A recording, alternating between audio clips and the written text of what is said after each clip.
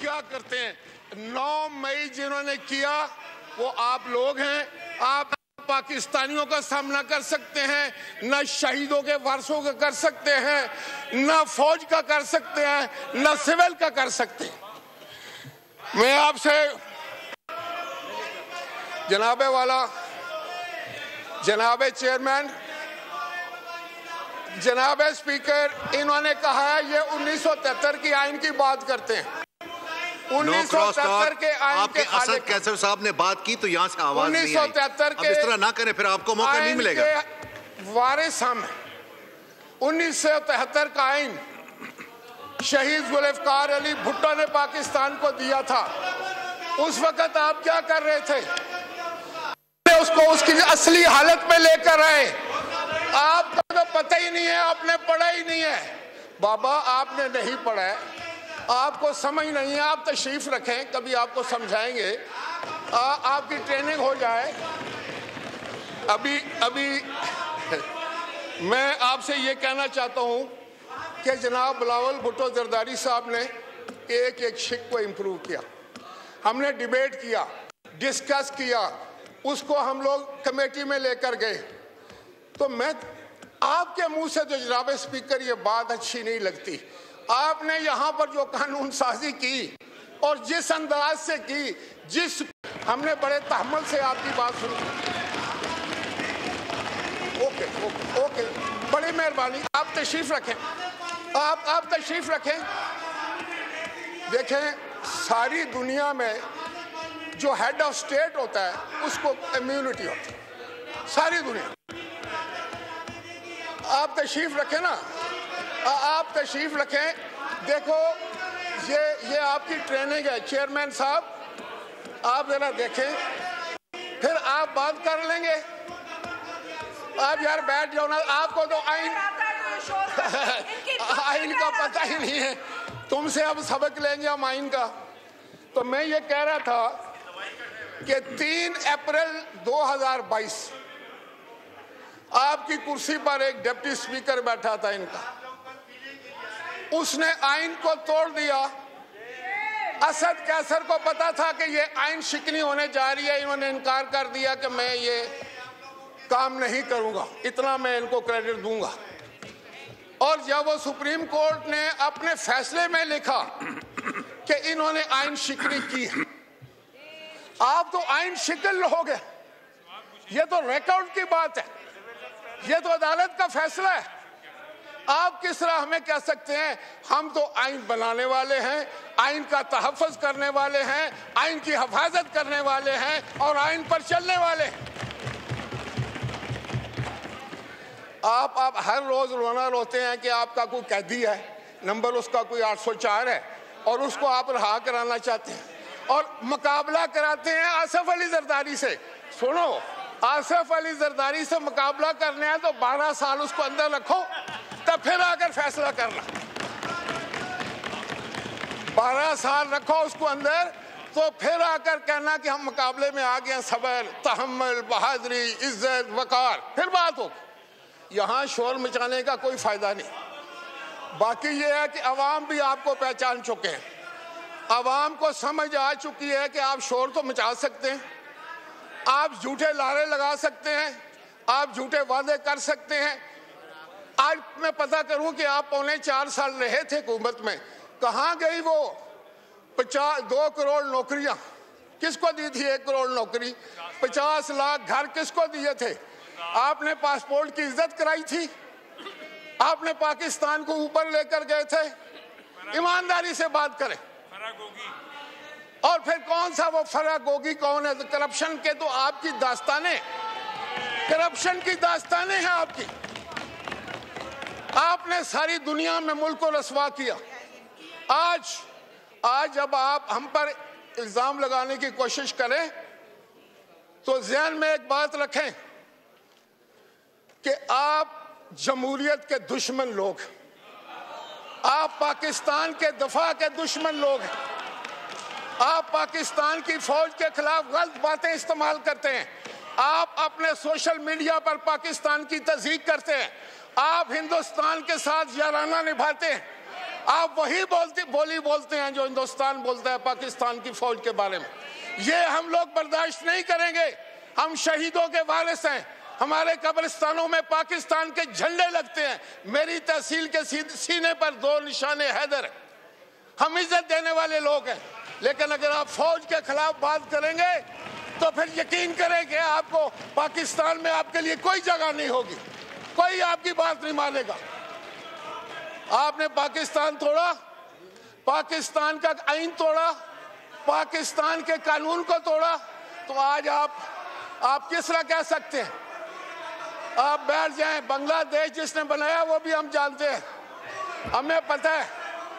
लेकिन आज जनाब स्पीकर, मेरा कहने का मकसद ये है कि अगर ये लोग पर्सनल अटैक करेंगे, जातियात पर हमले करेंगे, आप उसमें कोई अगर आप में समझदार आदमी है तो जिस दिन वो बिल पेश होगा उस पर आप तनकीद करें और बताएं उसमें क्या गलत है। अगर आप गालियां देंगे तो गाली का जवाब गाली आएगा। आप बदतमीजी करेंगे तो उसका जवाब भी आपको मिलेगा। लेकिन अगर आप ये समझते हैं कि आप इस हाउस को हॉस्टेज कर लेंगे, आप जो है वो अपनी इन बातों से सारा माहौल खराब कर देंगे, तो ये हम नहीं होने देंगे, किसी सूरत नहीं होने देंगे। जब आइन की तरमीम है तो आइन में लिखा है 2/3 अक्सरियत के साथ आइन में तरमीम हो सकती है। आपको क्या पता क्या होता है कानून साजी? आप तो कमेटियों से बाहर बैठे ना, कमेटियों में बात करते जाके कमेटी में। कमेटियों का बाइकआउट, यहाँ का walkout, boycott walkout, boycott walkout. आप लोग मेंबर हैं, आप पार्लिमानी लोग हैं, आप पार्लियामेंट को समझते हैं, आप आइन को समझते हैं? बिल्कुल नहीं। आपको वो पकड़ कर लाया है शोर मचाने के लिए। आपको वो इसलिए वो लेकर आए हैं कि आप शोर मचाएं।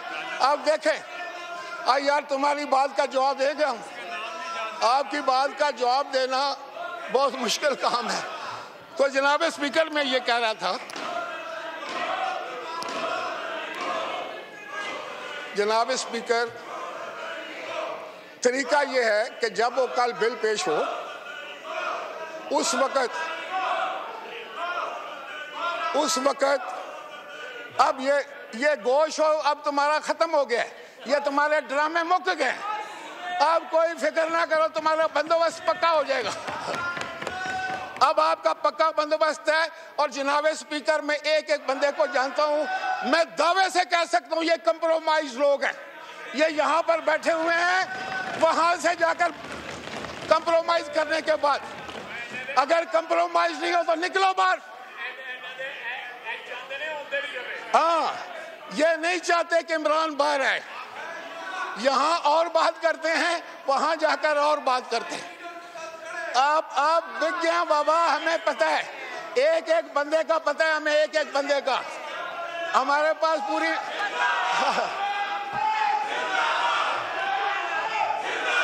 इससे आगे कुछ नहीं है। वो मेरा ख्याल है,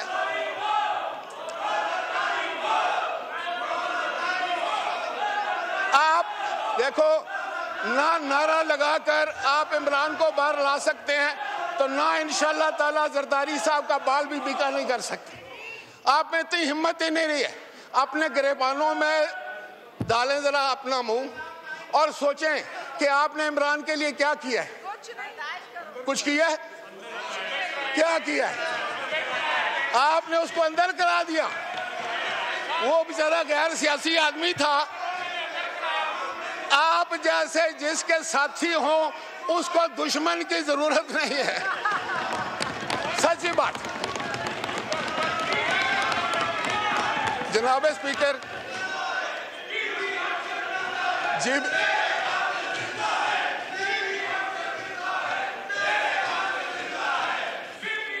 शहीद मोहतरमा बेनजीर भुट्टो आइन और कानून के लिए उसने तो अपनी जान दी थी। आप जेल के कमरे में बैठ के एयर कंडीशन लगाकर वहां खाने खाते हैं। मुकाबला बेनजीर भुट्टो का करना चाहते हैं, आसिफ अली जरदारी का करना चाहते हैं। पहले अपनी तरफ तो देखो, अपने लीडर की तरफ तो देखो। मैं ऐसी बातें हरगिज ना करता यहाँ खड़े होके। अगर हम मनसब आदमी जाकर हम पर ज़ाती अटैक ना करता तो यही बात मैं आपको बावल कराना चाहता हूं कि अगर आपने किसी की जात पर अटैक किया तो आपकी जात भी महफूज नहीं रहेगी, फिर आपका लीडर भी महफूज नहीं रहेगा। ये मेरे जैसा बंदा आपको मत दे रहा है, समझ दे रहा है, समझो। ये आप लोग जो है ना अपने लीडर को गाली निकालने के लिए दूसरे के लीडरों को गाली देते हैं। आप चाहते हैं कि वो अंदर ही रहे, उसको गालियां पड़े, वो जलील हो, इसलिए आप ये सारी हरकतें करते हैं। आपको कोई अकल नहीं है, अकल बाजार से नहीं मिलती। अगर बाजार से अकल मिले तो हम आपको ला दें। आपको शौर ही नहीं है, आपसे क्या बात हो। हा हा हा हा हा हा। इसके अलावा आपके पास क्या है? What else? क्या है आपके पास? कोई आर्गुमेंट नहीं है, कोई अकल की बात नहीं है। और पाकिस्तान के इतने बड़े हाउस में बैठे हैं और ट्रम्पट बजा रहे हैं। देख जनाब स्पीकर, आप रूलिंग देख कि ये जो शोर मचाने वाली मशीनें हैं, ये जो शोर करने वाले बुत हैं, इनको किस तरह कंट्रोल करेंगे आप? ये किस तरह करेंगे? ये लोग जो अपने शहीदों की इज्जत ना कर सकें, ये लोग जो अपने गाजियों की इज्जत नहीं कर सकें, ये लोग जो अपनी फौज की इज्जत ना कर सकें, ये लोग जो अपने फील्ड मार्शल जिसको इस पूरी कौम ने मुतफिका तौर पर ओहदा पेश किया है, उसके खिलाफ बात करते हैं। ये कौन लोग हैं? मेरे ख्याल में सर ये गुमराह लोग हैं जिनकी कोई मंजिल नहीं है, इनकी कोई सिमत नहीं है।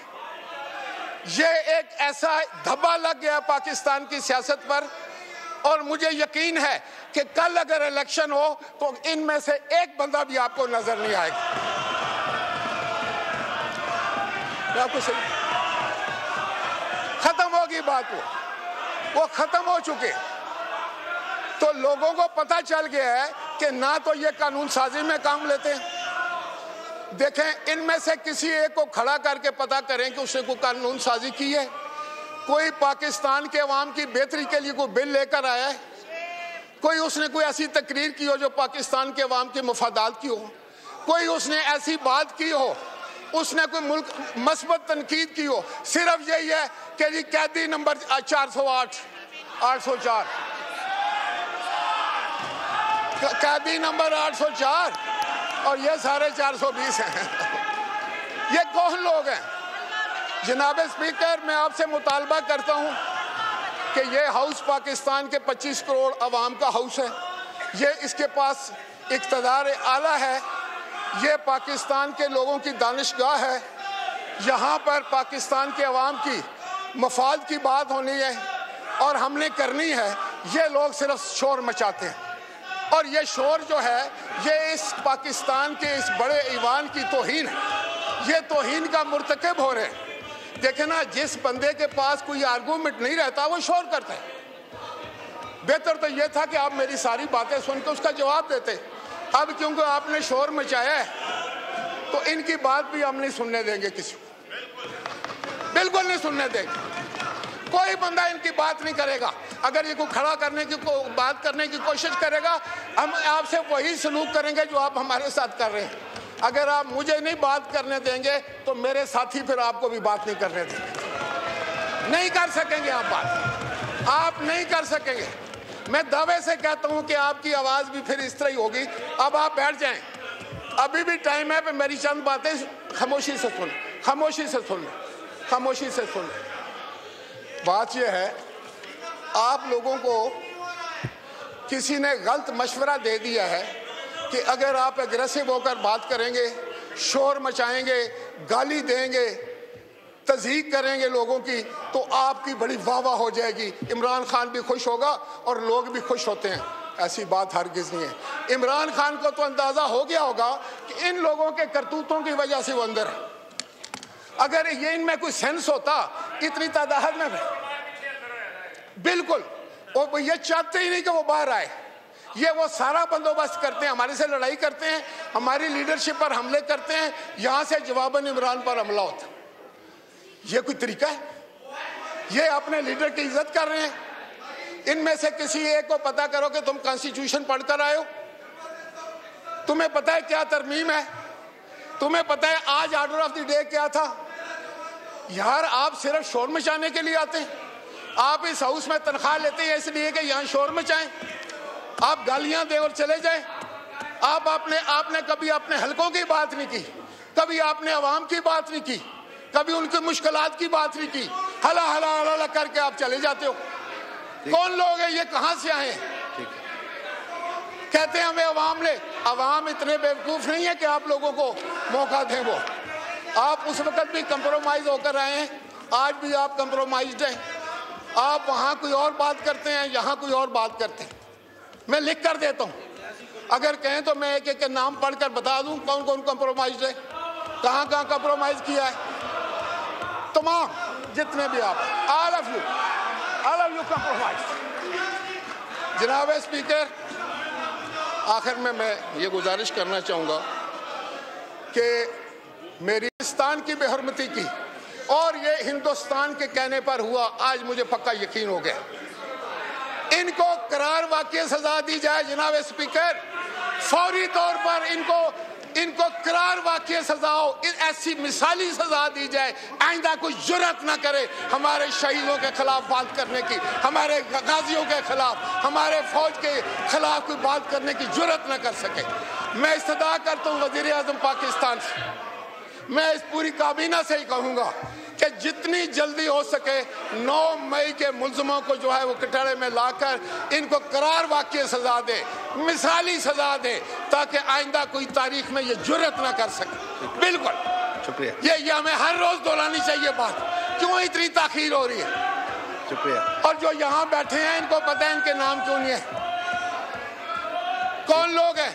यहाँ इनका लीडर ऑफ दी अपोजिशन कह रहा था कि हम क्या जंग करेंगे, हमारे पास तो हमारे टैंकों में तो तेल ही नहीं है। यही उसने कहा था लीडर ऑफ दी अपोजिशन ने। वो कहता था मैं भी फील्ड मार्शल का बेटा हूँ, लेकिन जो असली फील्ड मार्शल है उसने फिर कमाल नहीं कर दिया। उसने तो नहीं कहा, उसने तो 7 जहाज गिरा दिए। आज अमेरिका से लेके दुनिया का हर बंदा जो है वो पाकिस्तान को इज्जत सी निगाह से देखता है। आपने क्या दिया था पाकिस्तान?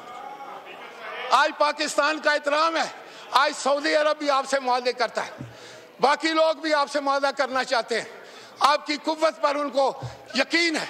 और एक ये है कि ये कहते हैं कि हमारे टैंकों में तो तेल ही नहीं है। हमारे टैंकों में तेल पता लग गया है। आपके साथ अभी नरमी का सलूक हुआ, हम खुद कहते थे, हम खुद कहते थे कि नरमी करो सियासी, लेकिन अब मुझे यकीन हो गया है। नेशनल असेंबली का इजलास इस वक्त जारी है। राजा परवेज अशरफ पाकिस्तान पीपल्स पार्टी से इनका ताल्लुक इजहार ख्याल कर रहे हैं इस वक्त। उन्होंने कहा कि तहरीक इंसाफ वाले 9 मई वाले हैं और साथ ही साथ उन्होंने तहरीक इंसाफ यानी अपोजिशन को तनकीद का निशाना बनाया, पार्लियामेंट को यरगमाल बनाने नहीं देंगे, ये उनकी जानिब से कहा गया। और साथ ही साथ सदर के पास कोई एग्जीक्यूटिव इख्तियारात नहीं हैं। सब्सक्राइब करें और बेल दबाएं ताकि कोई खबर रह न जाए।